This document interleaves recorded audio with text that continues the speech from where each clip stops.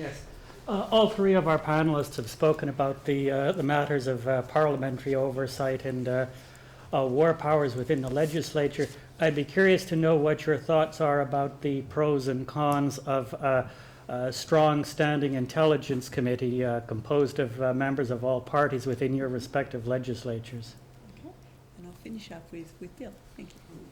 William Maley from the ANU. Just an observation, in certain circumstances, if one's being invited to become involved in a really stupid exercise, it might be liberating for a Prime Minister to be able to say, I would love to be able to come to your help, but alas, I don't have the ability to do it on my own. I would have to have the approval of my Parliament, and it might not be forthcoming. That could actually empower somebody under pressure in certain circumstances. Okay. Only somebody who's already weak. So we have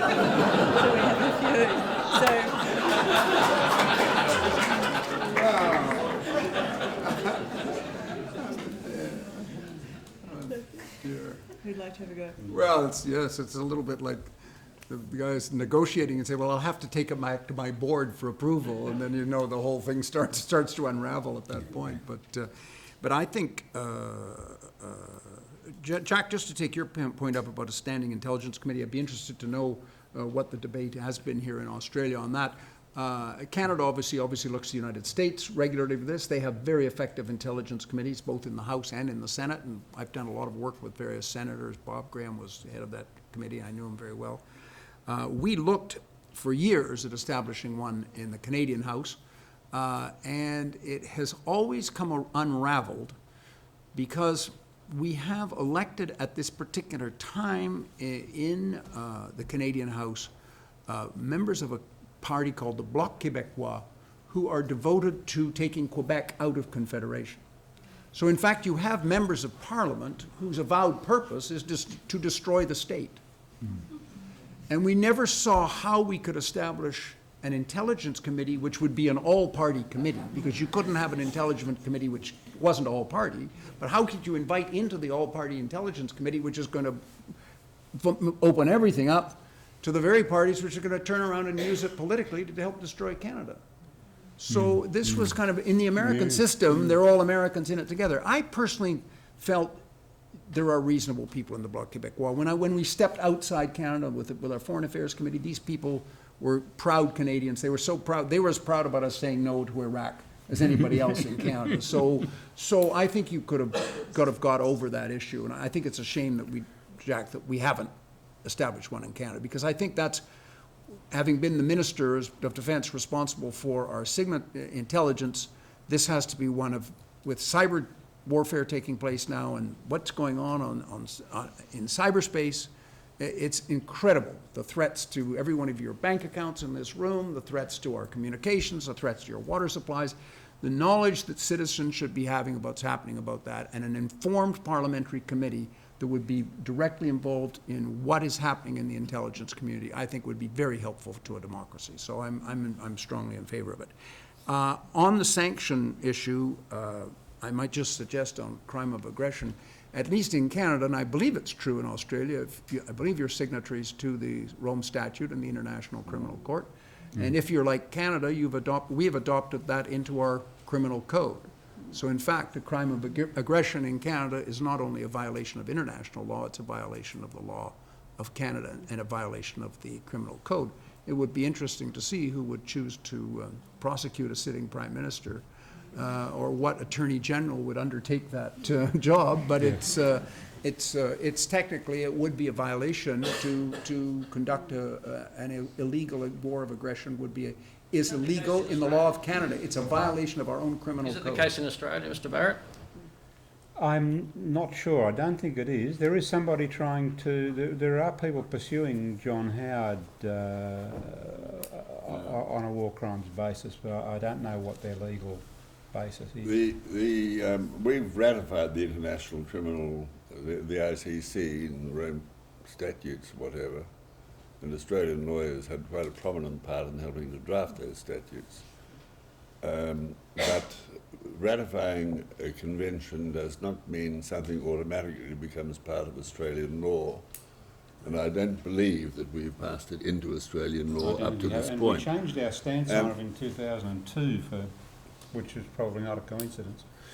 Well, we ought to write it into Australian law. No, but we still apply the statute internationally, and we're fully committed to it. Right.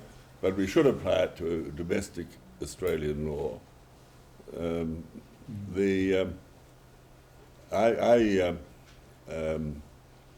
believe there ought to be sanctions again, because I think going to war on a wrong basis or on a lie or whatever can be a crime. It can be a crime against humanity and whatever. And people should be sanctioned for it. But a prosecution, you'd have to understand, would be extraordinarily divisive. There are many cases in British practice where the chief law officer has not prosecuted because it would have too divided the body politic within Britain. And I think it might have been Lord Acton who said that a law officer who is the final determinant of what prosecution should take place or not take place, but a law officer who refuses to listen to the advice of his senior political colleagues is a bloody fool. And you might remember there were people who wanted my government to prosecute Gough Whitlam. There's no way I was going to allow that to happen. There was a private case, but it was not going to be taken over. He wasn't a war criminal, though.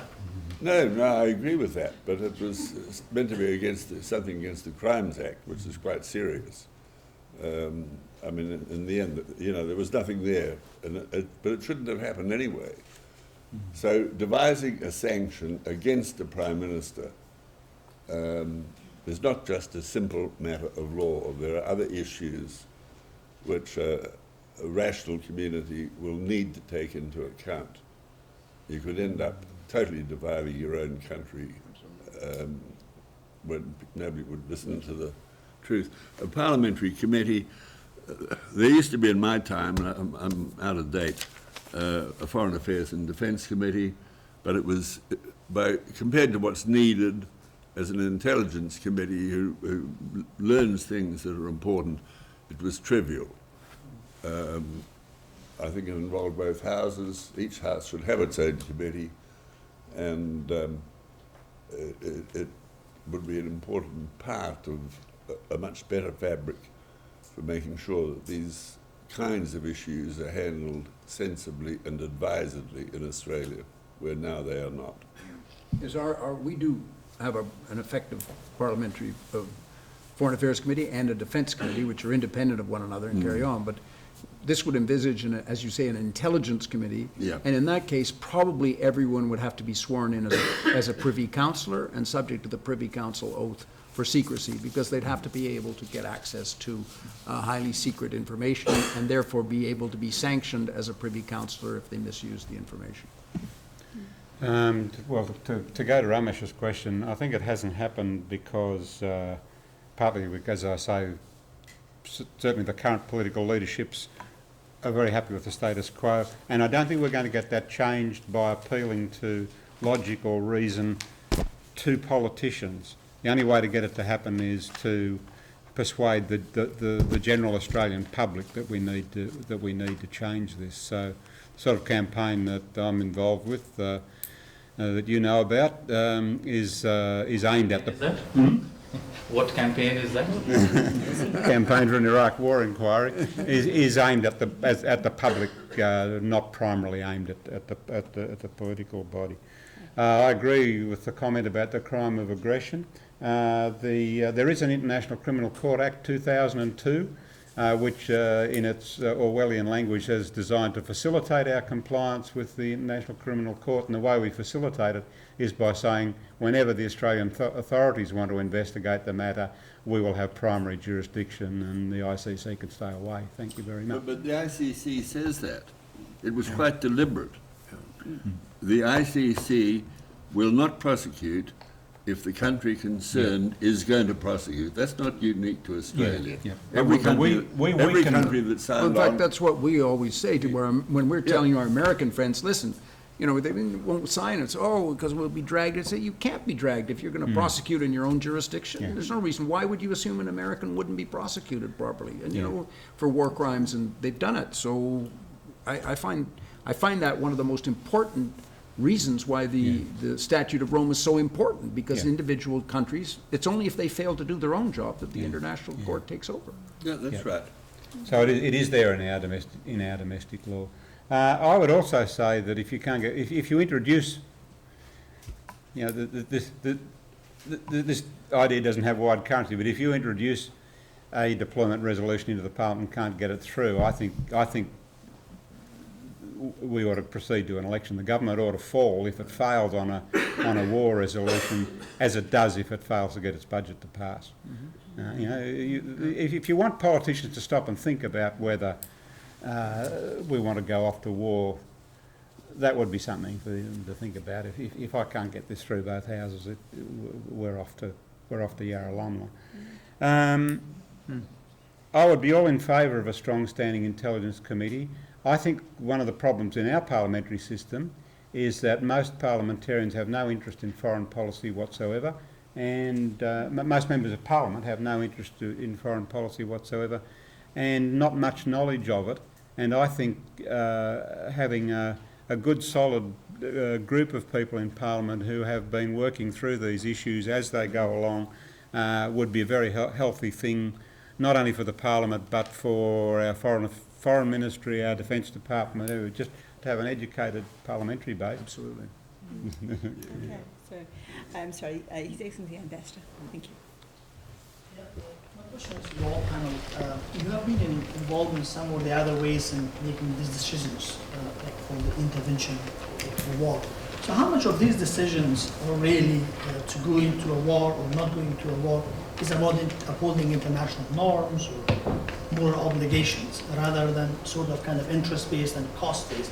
I mean, in the discussions that you had within the parliaments or small circles, so how much of this debates were like, I'm not going to war because it's against the international norms, it's against the moral obligations that we have.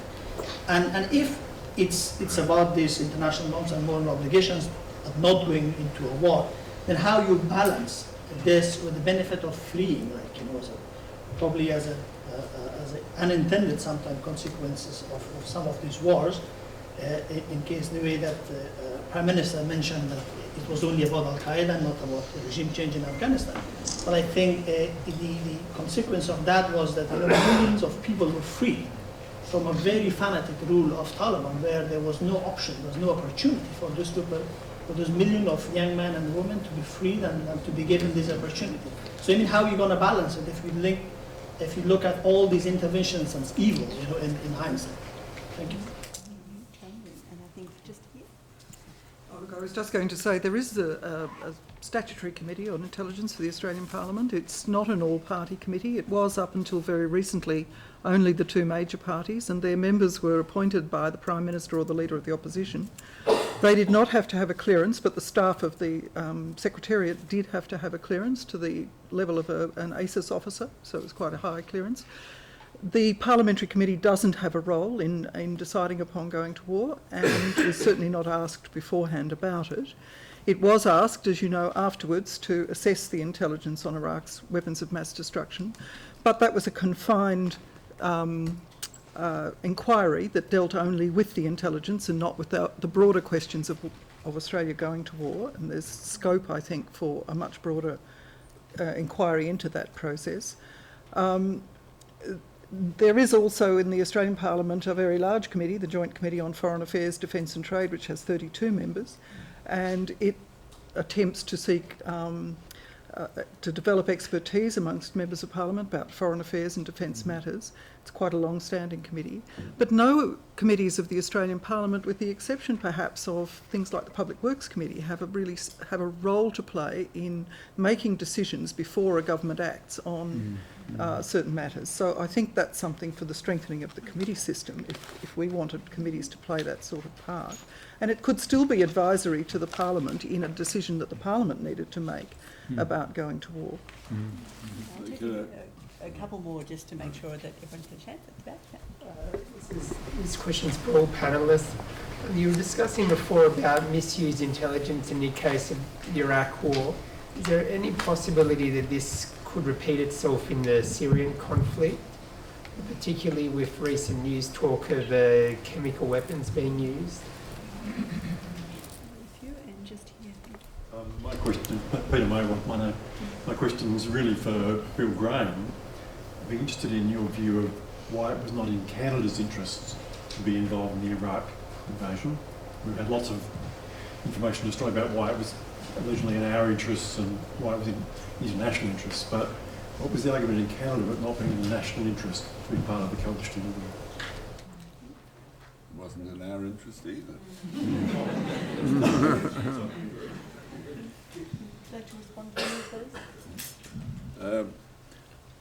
International norms. I think you've got to take the international norm as being, if you're a serious member of the international community, that war is illegal unless it's in relation to self-defense or unless it is sanctioned by the Security Council.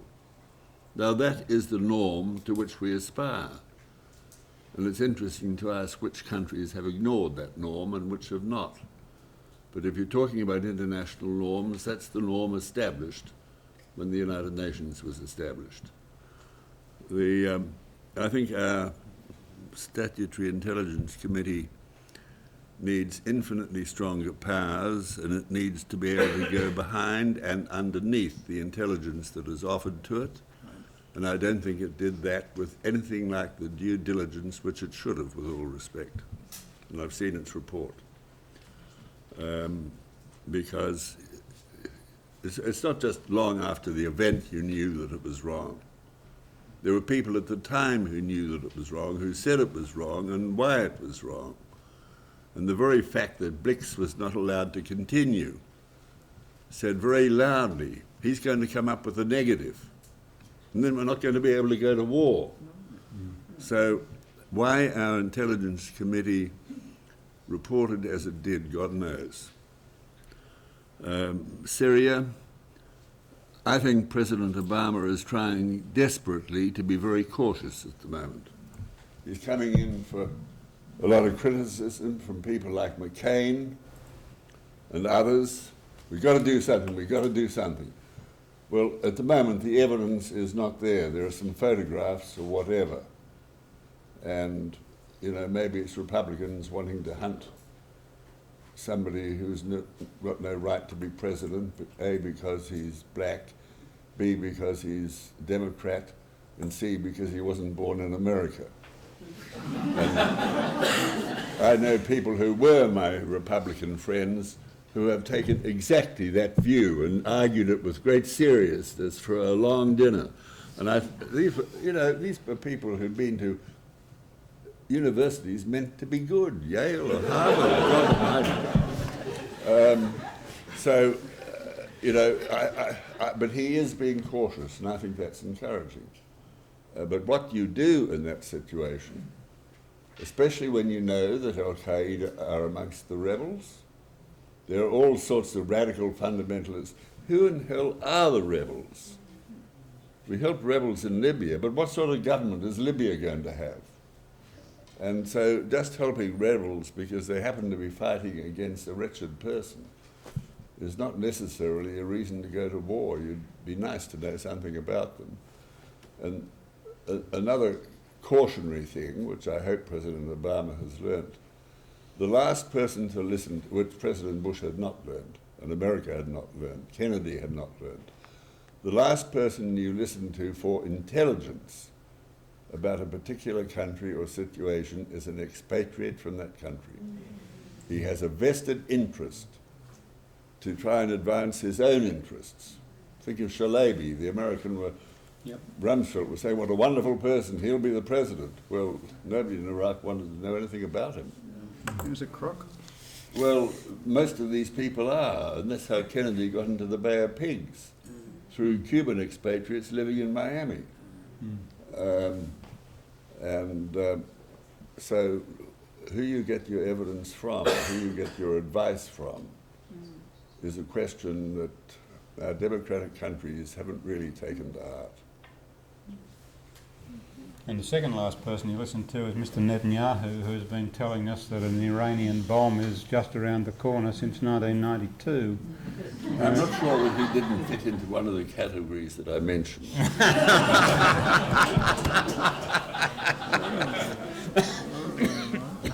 Well, I've had various awkward breakfasts with Mr. Netanyahu, but we'll let that pass. Well, maybe I can pick up on the ambassador's question about international norms, and it fits into Peter's questions about Canada's position about Iraq. I mean, the first position I'd take, of course, is in matters of war or all foreign policy. Ultimately, it's driven by a domestic policy first. It has to represent the basic interests of the country and has to represent the domestic political concerns of the country. But as we are more and more integrated globally, there's a blurring between the lines of what's domestic and what's international, and everything that's domestic now tends to have a bit of an international dimension to it, and that's including a lot of things, which makes decisions here sometimes rather difficult.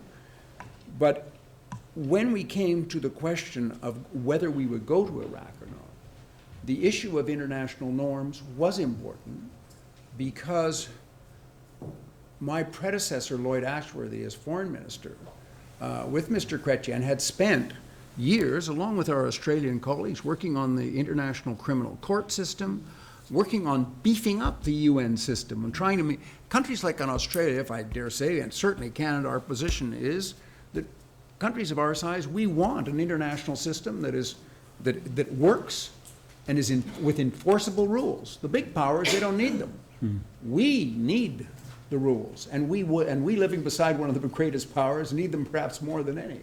So it has been a long practice of Canada to strengthen the United States, the United Nations institutions, to strengthen its way of operating, and for us to have gone and said, oh, well, we're now going to go to Iraq and ignore the United Nations would have been totally against everything we've been trying to achieve for the last 5 or 6 years.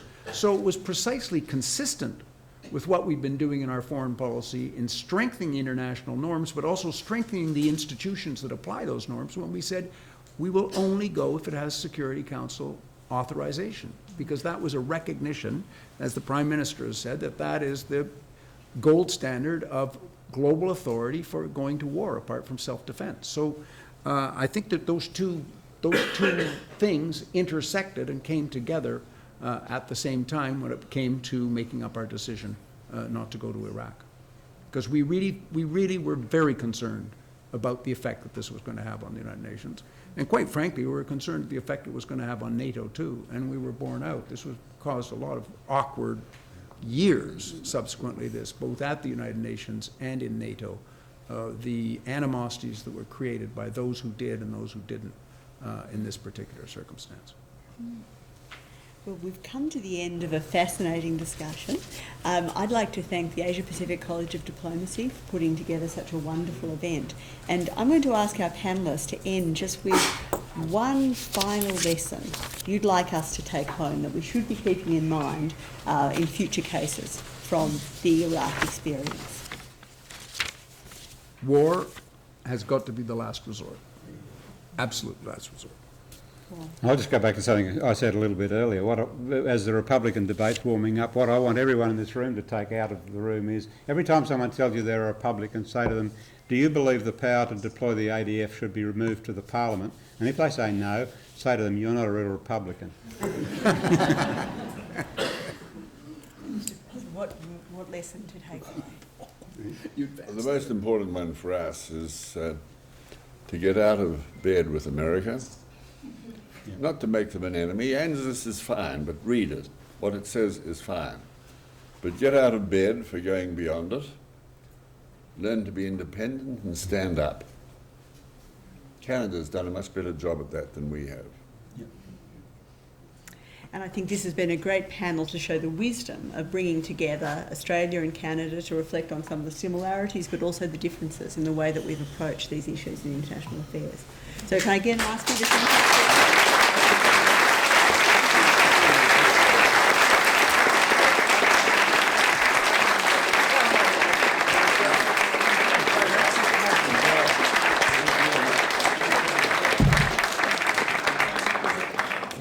Chance you might write again, running.